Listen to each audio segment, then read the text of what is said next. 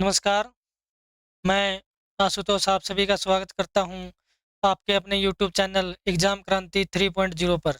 और आज हम अपनी जो प्रीवियस क्लास हुई है उसी के आधार पर नेक्स्ट क्लास आज आपकी दूसरी क्लास है हिंदी व्याकरण से संबंधित, और जिसके अंदर आपको विशेष रूप से एग्जाम में पूछे गए प्रश्न करवाए जाएंगे जो एसटेट सीटेट और सीईटी हरियाणा और एसएससी के लिए एक बेहतरीन क्लास होगी आपकी, और जिसके अंदर प्रीवियस ईयर क्वेश्चन ही मिलेंगे और कोई भी अनावश्यक बातें नहीं की जाएंगी।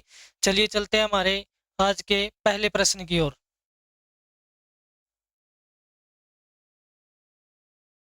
यह रहा आपकी स्क्रीन पर आपका पहला प्रश्न। भाषा की लघुत्तम इकाई है। इसने पूछा है कि भाषा की लघुत्तम, भाषा की सबसे छोटी इकाई जो हम बचपन से ही पढ़ते आ रहे हैं, वर्ण क्या है?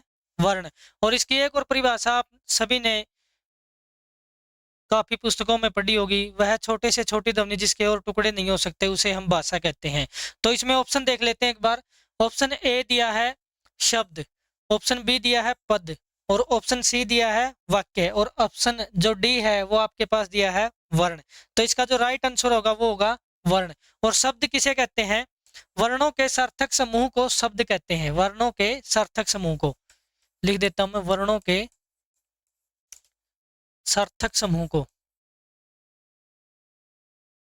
सार्थक समूह, सार्थक का मतलब का मीन होता है, मतलब होता है सार्थक का जिसका कोई अर्थ निकलता हो। जैसे मैंने लिखा क ल म, इसका एक अर्थ निकलता है। यदि मैं ऐसे लिख दूं ल म क, ये कोई शब्द नहीं है, वर्णों का समूह तो है लेकिन इसका कोई अर्थ नहीं निकलता। तो शब्द किसे कहेंगे? वर्णों का सार्थक समूह जिसका कोई अर्थ निकलता हो। सार्थक का मतलब क्या होगा? जिसका कोई अर्थ निकलता हो, तो उसे ही हम वर्ण कहते, शब्द कहते हैं। उसे क्या कहेंगे? शब्द कहेंगे।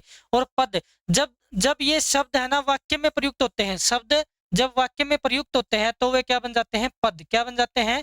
पद। और पदों के समूह को ही क्या कहेंगे? वाक्य। पदों के समूह को या फिर हम शब्दों के समूह को जिसका कोई एक अर्थ निकलता हो उसे हम क्या कहते हैं? वाक्य कहते हैं। तो आपको इसका आंसर पता चल गया होगा, इसका आंसर रहेगा वर्ण। इसका आंसर क्या रहेगा? वर्ण। नेक्स्ट क्वेश्चन है, जिन वर्णों का उच्चारण, जिन वर्णों का उच्चारण निर्वाद, निर्वाद मतलब बिना किसी विरोध के, निर्वाद का मतलब क्या होता है? बिना किसी विरोध के, निर्वाद गति से होता है, वे कहलाते हैं। उन्हें क्या कहा जाएगा? तो ऑप्शन ए हमारे पास व्यंजन, ऑप्शन बी है स्वर, ऑप्शन सी है अघोष, और ऑप्शन डी है महाप्राण। तो इसका जो राइट आंसर हमारे पास बनेगा वो बनेगा option number B. Option number B जो हमारे पास दिया गया है स्वर, उसे क्या कहेंगे? स्वर। क्योंकि वर्णमाला को मुख्य रूप से दो ही भागों में बांटा गया है, स्वर और व्यंजन।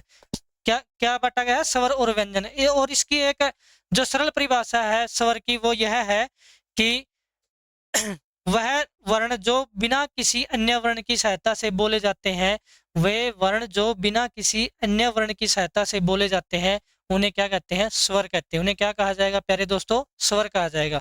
नेक्स्ट क्वेश्चन है, नेक्स्ट क्वेश्चन है, जिन वर्णों के उच्चारण में वायु, जिन वर्णों के उच्चारण में वायु कुछ बाधा के साथ, बाधा आ गया ना इसमें, और उसमें क्या था? निर्वात था। निर्वात का मतलब हो गया बिना किसी रुकावट के, और इसमें आ गया बाधा। क्या आया है? बाधा के साथ निकलती है, वे कहलाते हैं। उन्हें क्या कहेंगे? जाहिर सी बात है, ऑप्शन देख लेते हैं एक बार। ऑप्शन ए में दिया है स्वर, ऑप्शन बी में दिया है व्यंजन, ऑप्शन सी में अलपप्राण, और ऑप्शन डी में दिया है सगोश। ऑप्शन डी में क्या दिया गया है? सगोश। तो इसका जो राइट आंसर होगा हमारे पास वो होगा व्यंजन। और इसकी एक सरल परिभाषा जो हम बचपन से ही करते आ रहे हैं वह यह है कि व्यंजन वे वर्ण होते हैं जो स्वरों की सहायता से बोले जाते हैं। मतलब हुआ कि इस व्यंजन में हमेशा ही क्या जुड़ा मिलेगा आपको? स्वर जुड़ा मिलेगा। जब आप वर्ण विच्छेद करते हैं तो वर्ण विच्छेद में आप स्वर को व्यंजन से अलग करते हैं। कईयों में क्या होता है कि वर्ण, कोई भी व्यंजन है उसके साथ में वर्ण जो होगा वो या तो मात्रा के रूप में होगा, स्वर या तो मात्रा के रूप में होगा, या फिर आप देखेंगे कि वो किसी भी रूप में नहीं मिलता। जिसके साथ में कोई भी वर्ण, वह वर्ण व्यंजन जिसके साथ में कोई भी वर्ण या स्वर नहीं मिला होता उसके साथ में क्या होता है? ए होता है। जैसे हम क का, जैसे एक क व्यंजन है, इसका यदि हम वर्ण विच्छेद करेंगे तो इसको क के नीचे क्या लगाएंगे, हलंत, और उसके बाद में क्या करेंगे, इसमें ऐड कर देंगे, तो वो क्या कहलाएगा, इसका वर्ण विच्छेद कहलाएगा। ठीक है, नेक्स्ट क्वेश्चन पे चलते हैं। हिंदी में स्वर के कितने भेद हैं? स्वर, देखो वर्णमाला के हमने 2 भेद बताए हैं, कौन से? स्वर और व्यंजन, स्वर और व्यंजन। इनमें से स्वर के भी कितने भेद हैं ये पूछ लिया। स्वर के देखो, ऑप्शन नंबर 1 है 5, ऑप्शन नंबर 2 है 4, ऑप्शन नंबर 3 है 2, और ऑप्शन नंबर डी जो इसका दे रखा है, ऑप्शन नंबर 4 जो इसका दे रखा है, वो दे रखा है 3। तो इसके जो वर्ण, जो स्वर है, इसके जो हमारे पास भेद बनते हैं, स्वर के हमारे पास 2 भेद होते हैं। क्या भेद, कितने भेद होते हैं? 2 भेद होते हैं। और उन 2, पहले जो संस्कृत व्याकरण थी, संस्कृत के अंदर स्वर के 3 भेद थे, इसके अंदर स्वर के 2 भेद हैं। तो 2 भेद कौन से हैं स्वर के? एक तो होता है ह्रस्व स्वर, ह्रस्व स्वर, और एक होता है हमारे पास दीर्घ स्वर, दीर्घ दीर्घ स्वर। तो स्वर के हमारे पास कितने भेद हो गए? स्वर के हमारे पास 2 भेद हो गए। और जो हमारे पास संस्कृत व्याकरण थी, उसके अंदर एक तीसरा भेद भी आता था, वो होता था प्लुत, प्लुत, जो कि अब हिंदी, जो मानक हिंदी है, उसके अंदर सिर्फ और सिर्फ स्वर के 2 ही भेद बताए गए हैं, ह्रस्व स्वर और दीर्घ स्वर। नेक्स्ट क्वेश्चन की ओर चलते हैं। ह्रस्व स्वर में, ह्रस्व स्वर, ये ह्रस्व स्वर संख्या में कितने हैं? अब पूछ लिया इन्होंने ह्रस्व स्वर की जो संख्या है वो कितनी है। तो ह्रस्व स्वर ऑप्शन देख लेते हैं। ऑप्शन नंबर 1 है 7, ऑप्शन नंबर 2 है 5, ऑप्शन नंबर 3 है 11, और ऑप्शन नंबर डी है वो कितने हैं? 4। तो जो हमारे पास ह्रस्व स्वर बनते हैं, उनकी संख्या हमारे पास होती है 4। कितनी होती है?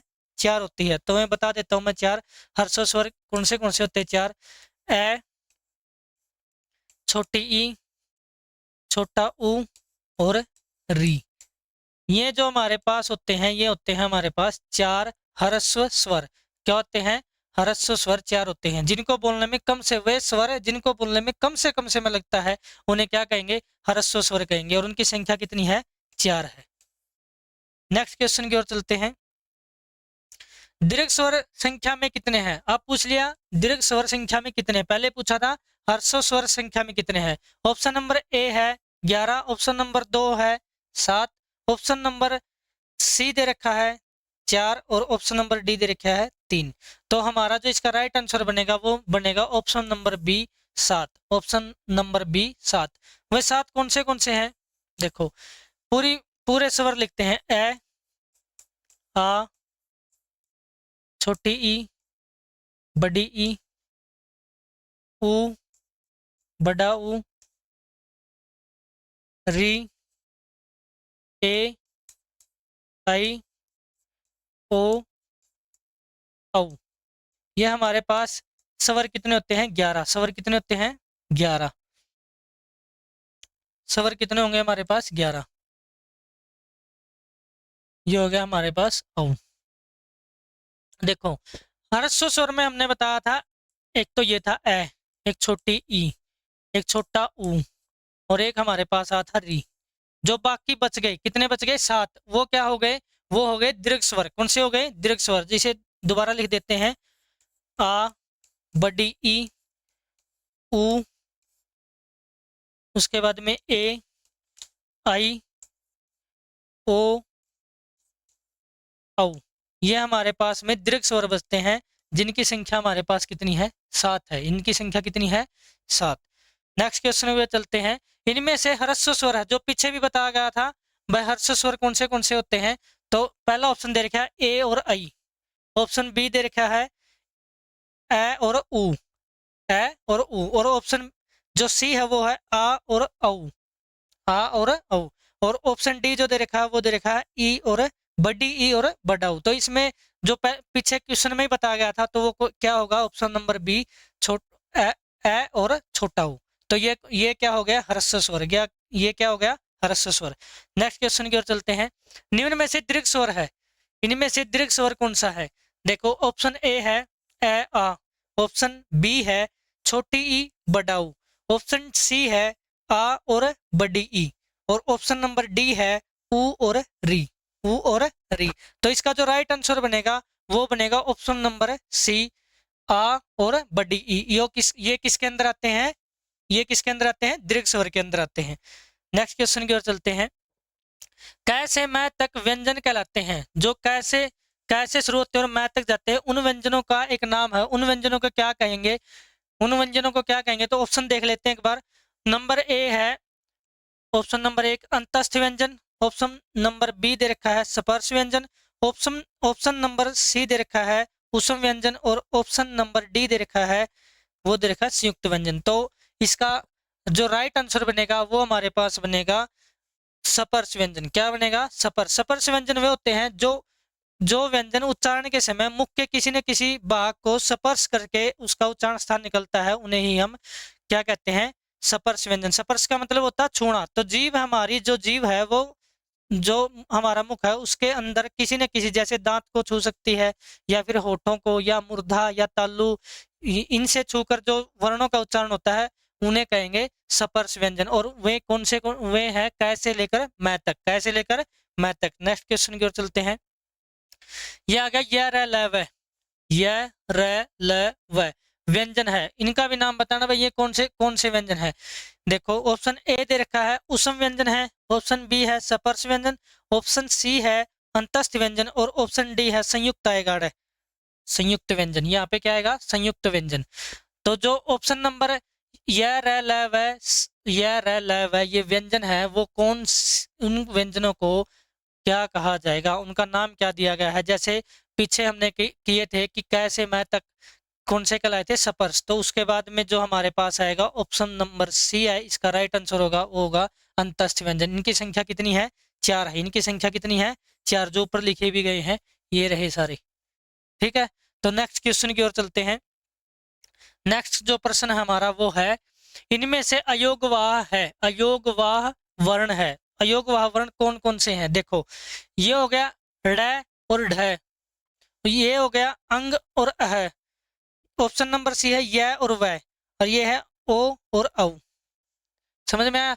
देखो ये जो हमारे पास आएंगे ये होंगे उत्तक्षिप्त, उत्तक्षिप्त, उत्तक्षिप्त, उत्तक्षिप्त, या इनको कहते हैं ताड़न जात, ताड़न जात व्यंजन, इनको बोलते हैं ताड़न जात व्यंजन। और जो ये अंग और अह है इसको बोलते हैं अयोगवाह, इनको क्या बोलेंगे? अयोगवाह। जो हमारे पास यह और वह आ गया, ये किसके अंदर आए थे? अंतस्थ के अंदर। किसके अंदर आए थे? अंतस्थ व्यंजन के अंदर। और ओ और औ ये हमारे पास आए थे स्वर के अंदर। और स्वर स्वर में भी हम देखें तो किसके पार्ट थे? ये दीर्घ स्वर के। किसके पार्ट थे? दीर्घ स्वर के। ये बातें क्लियर हो गई होगी आपको, अब पता भी चल गया होगा कि इसका जो राइट आंसर बनेगा वो बनेगा ऑप्शन नंबर बी, अंग और अह, उनको क्या कहेंगे? अयोगवाह। क्या कहेंगे? अयोगवाह। ना तो ये स्वरों में आते हैं और न ही ये व्यंजनों में आते हैं, इनको क्या बोलेंगे? अयोगवाह। नेक्स्ट क्वेश्चन है स है, तीनों स दे रखे हैं, स है व्यंजन है। अब इनका भी एक नाम है, इनको क्या कहेंगे? देखो ऑप्शन नंबर ए दे रखा है अंतस्थ व्यंजन, ऑप्शन नंबर बी दे रखा है ऊष्म, ऑप्शन नंबर सी दे रखा है संयुक्त, और ऑप्शन नंबर जो डी दे रखा है वो दे रखा है स्पर्श व्यंजन। देखो हमारे पास आ लिए अंतस्थ भी आ लिए, संयुक्त आने बाकी हैं, और स्पर्श भी आ लिए। स्पर्श कहाँ तक थे? कैसे मैं तक, कैसे मैं तक। जिनकी यदि इनकी संख्या पूछे, इनकी संख्या होती है 25, 25। इनकी संख्या कितनी होती है? 25। और अंतस्थ जो हमारे पास आए थे वो कितने थे? 4, य र ल व। उसके बाद में संयुक्त आने बाकी हैं। और जो ऊष्म व्यंजन है, ऊष्म का मतलब होता है गर्म, ऊष्म का मतलब क्या होता है? गर्म। क, देखो क से मैं तक कौन से है? स्पर्श। उसके बाद में अंतस्थ है, उसके बाद में आएंगे ऊष्म, ऊष्म का मतलब होता है गर्म। और जैसे ही हम स है ये वर्णों का उच्चारण करते हैं तो हमारे मुख से गर्म हवा निकलती है। क्या निकलती है? गर्म हवा निकलती है। इसी कारण ही हम इनको क्या कहेंगे? ऊष्म व्यंजन के कहेंगे। क्या कहेंगे? ऊष्म व्यंजन। नेक्स्ट क्वेश्चन की ओर चलते हैं। कैसे इनमें से संयुक्त व्यंजन है, इनमें से संयुक्त व्यंजन कौन से हैं? देखो स है, ये क्या थे? ऊष्म। क्या थे? ऊष्म। ऊष्म का मतलब बताया था गर्म। यह रह ल व, ये क्या थे? अंतस्थ। क्या थे? अंतस्थ। अंतस्थ व्यंजन। और जो हमारे पास ये आते हैं सपर्श व्यंजन में। किस में आते हैं? सपर्श व्यंजन में। तो हमारे पास जो ऑप्शन बच गया वो है option number C. Option number C, क, अक्षय, त्रय, ज्ञ, श्रेय। उसके बाद में देखो, ये रिपीट हो गया क्वेश्चन। ये देखो एक बार, क, ऑप्शन नंबर सी आया था ना इसका, एक सेकंड देखना। बहुत बार पेपर में पूछा गया है इनका वर्ण विच्छेद। क्या पूछा गया है? वर्ण विच्छेद। मतलब ये किन शब्दों से मिलकर बने हैं? अक्षय। वहां पे हम बोलते हैं अक्षय, लेकिन एक्चुअल में जो इसका जो उच्चारण होगा वह कक्षय। क की साउंड, उसके बाद में स, उसके बाद में ए। तो ये क्या बनेगा? क, जिसके नीचे अलंत होता है वो क्या होता है? आधा। वो क्या होता है? हाफ, आधा। क प्लस श प्लस ए, ये होता है इसका, इन तीनों का ही संयुक्त रूप हम बोलते हैं क्षय। समझ में आ गया? उसके बाद में आया त्रय। त्रय, त्रय में किस किस की साउंड आती है? त प्लस रे प्लस ए, ये हो गया त्रय। उसके बाद में आया हमारे पास जय। इसका जो एक्चुअल उच्चारण होता है उसका होता है जय, जय, जय।